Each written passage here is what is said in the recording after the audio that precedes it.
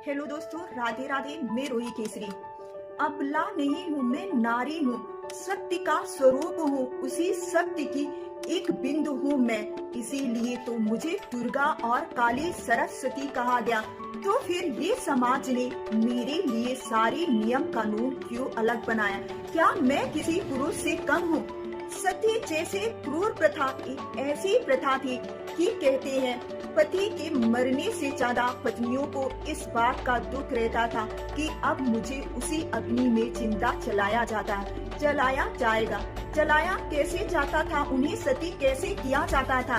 भांग पिलाकर नशे में करके वो जब भी शमशान घाट उन्हें ले जाया जाता था, वो कभी हंसती तो कभी गिरती तो कभी रोती, और इस तरह उन्हें घी और हवन के द्वारा ढोल नगाड़ों शंखों द्वारा इतनी ध्वनि कर दी जाती थी जिससे उनकी पीड़ा और चीख किसी को सुनाई ना दे और उन्हें सती कर दिया जाए।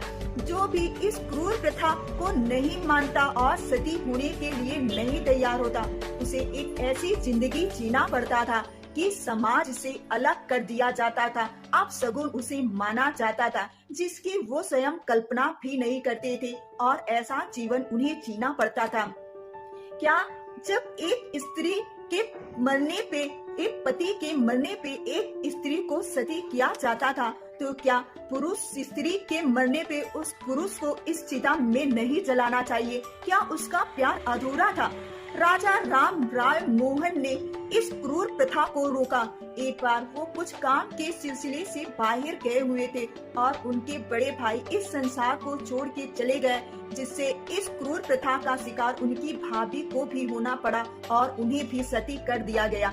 राजा राज मोहन ने जब आए तो अपनी भाभी माँ के बारे में पूछने लगे। सबने कहा आपकी भाभी सती हो गई। ये सुनकर उन्हें बहुत दुख हुआ और उन्होंने मन में एक प्रतिज्ञा ली, इस क्रूर प्रथा अंधविश्वास को मैं रोकूंगा।